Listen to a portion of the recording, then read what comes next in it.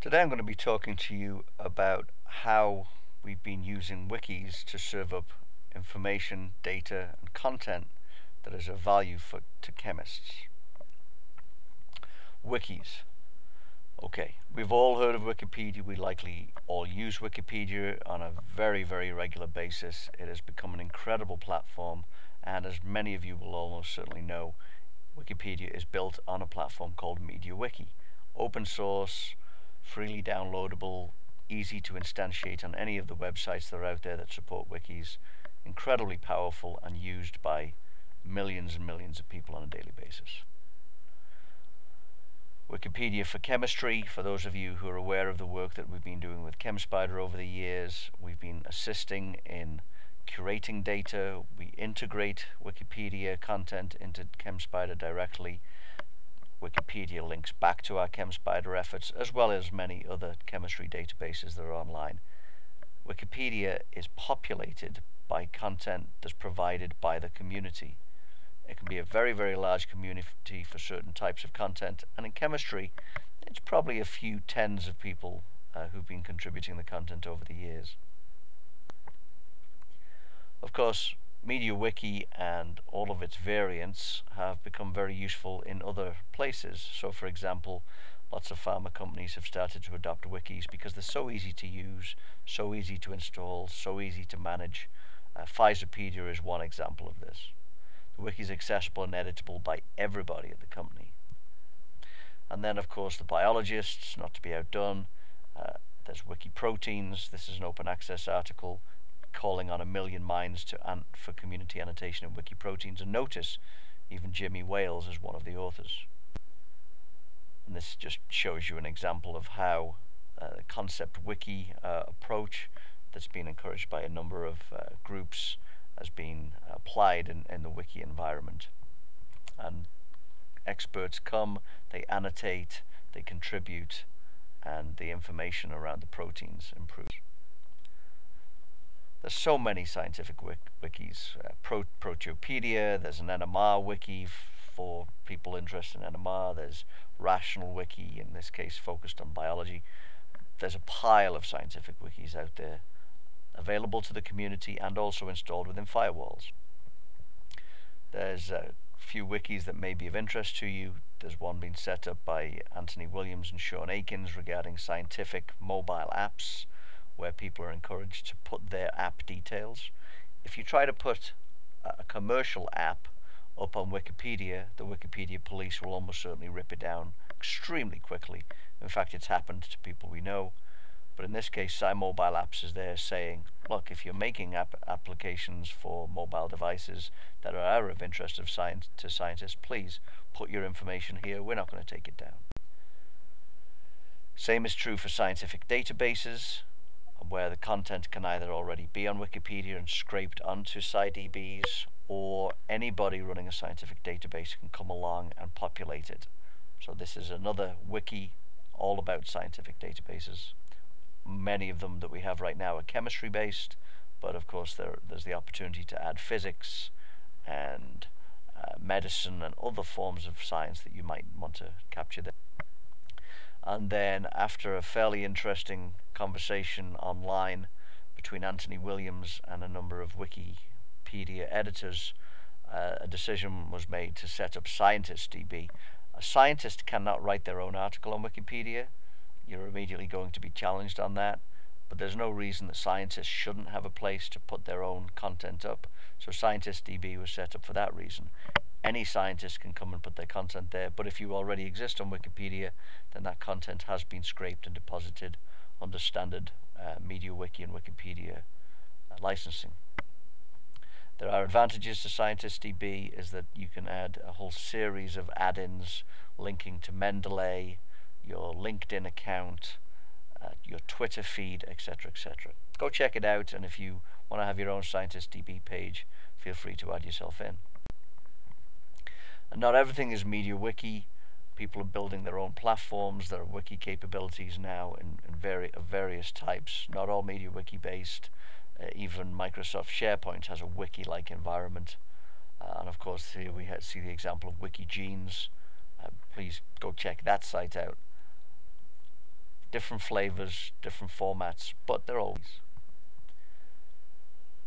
Wikis are collaborative environments. That's the point. It's a platform whereby a group of people, interested individuals, collaboratively minded individuals come together to work on something that's commonly of interest to them. So we see Wikipedia, which is for Star Wars enthusiasts, Lostpedia, people interested in Lost, and Star Trek Online Wiki. Just 3 of the examples that are out there. There are many, many.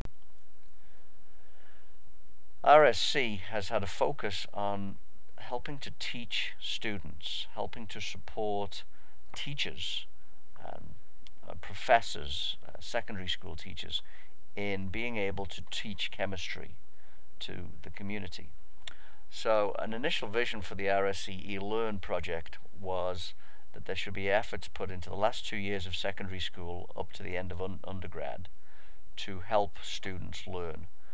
One of the focus of this was whether or not we could use the ChemSpider content in some way, and many of you will know the ChemSpider content that is hosted by RSC, over 28 million chemicals, 400 data sources integrated across the web, whether there was a way to use ChemSpider as the underpinnings of some type of environment to help teach chemistry. There was a possibility that we could add in educational games and quizzes, reactions, spectroscopy, etc. Whether we could also host resources that would be provided to us by the community. So we provide the infrastructure, the platform, the bandwidth, the support to host other people's resources.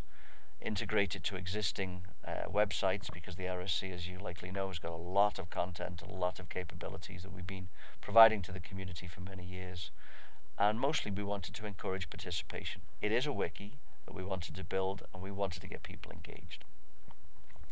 Learn Chemistry is up, it's online, it's a beautiful site, it's rich in resources, and this is the part of the front page. There are many other aspects to the front page, but you can see right here there is a tab called Wiki, and that's what our Chem Informatics team has been involved with, is building a wiki environment to cover quizzes and content around chemicals and spectroscopy, etc. So welcome to the Learn Chemistry Wiki. This project was headed up by Martin Walker from Potsdam University, who has been immersed in the Wikipedia community for chemistry for many years. He joined us on sabbatical for about a year. He has worked with one of our members of our team, Eileen Day, and a couple of our other team members who have supported the project. And they built a wiki with projects and collaborations and details about lab experiments and substances, everything that we committed to delivering in about a year. We made a lot of progress, and we'd love you to go and try it out after this presentation. Notice, if you would, that it is powered by a classical MediaWiki, but of course we designed our own theme. For those of you who use ChemSpider, ChemSpider in many ways for students, for younger students, is too much. For example, if you do a search on benzoic acid, you'll find the chemical compound. Not a problem. But then we tell you about smiles and inches, and then we tell you about various properties, bioconcentration factors, log P, pKa, log D. These are properties that students might not even hear about. Will they want to look at patents? Will they want to be able to source the chemicals themselves from vendors?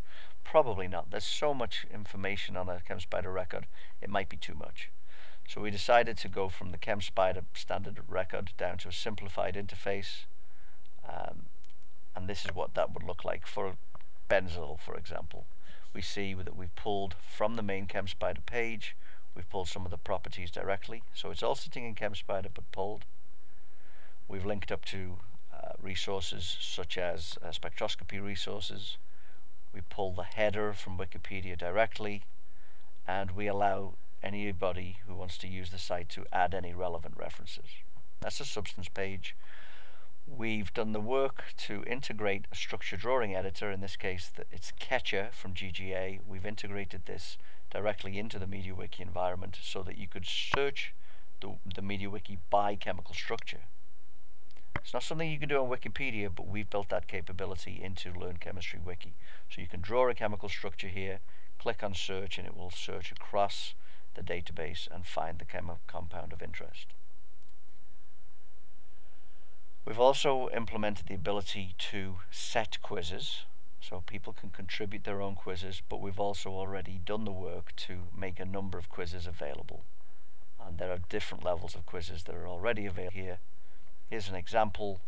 This is a general quiz about oxidation states for metals. It's a few pages in length. The simple example here is indicate the oxidation state of the metal, and you have to go through and type in the numbers. And then at the end you hit submit and it will give you the answers. It will tell you whether or not you've got things right. So this is a fill in the example. Here we see a quiz about structure drawings and structures and resonance forms, and you select appropriately and click submit.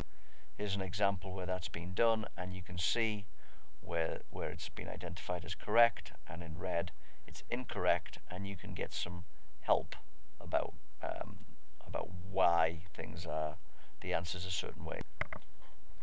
Here we see an example of an NMR quiz. So this is an interactive spectrum. You can zoom in all the way down to an individual multiplet, and it asks you questions about how many types of hydrogen, etc. What's the chemical shift? There's 11 questions in total for this particular quiz. It's a beautiful way to learn NMR. And here's an example where when that spectrum is zoomed in, it gives you the formula and it asks you, what is the structure of this unknown? What can you draw in the structure editing box that matches the NMR spectrum that you see? And then you submit and it will confirm whether or not you've got it right. So a very powerful quizzing platform. And what we want is we want teachers to participate in submitting their own quizzes. You get the credit. You're not transferring copyright to us. It's a wiki. It's licensed appropriately, so that everything remains open.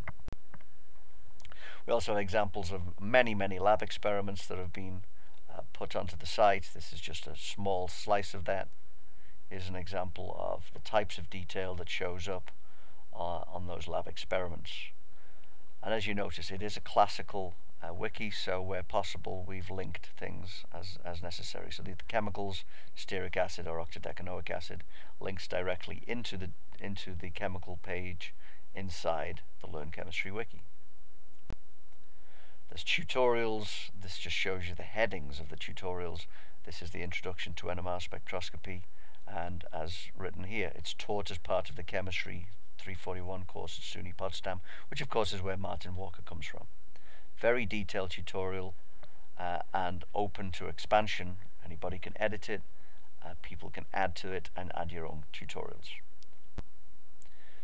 So what we've been delivering with Learn Chemistry is a growing wiki resource. There are so many other capabilities under here. There are projects that you can participate in. Martin's already triggered a few of these, encouraging you to participate. We'd love you to go check out the resource and choose whether or not you would like to add your own quizzes, your own experiments. If you need details about how to contact Martin or ourselves, please follow up with us later. What we're hoping to do is we're hoping to encourage the community to participate further to make this a resource. Again, we will host the content, we will deliver the infrastructure, but when you've contributed to our site, we're not saying that you're transferring us all rights. We will host it and make it available to the community. You have credit, you get to participate. The site has been delivered primarily by the cheminformatics team, the wiki aspect of this, by the cheminformatics team. RSC Learn Chemistry team, they have a grand vision of what we can continue to do for the community in terms of teaching. We've been working on the Spectra School project, which is another project you might want to visit. It is a part of Learn Chemistry already, and that is an environment where you can learn how to interpret NMR, mass spec, infrared and UV vis. You can determine the structures of unknowns, and we will provide you all of the data to do so.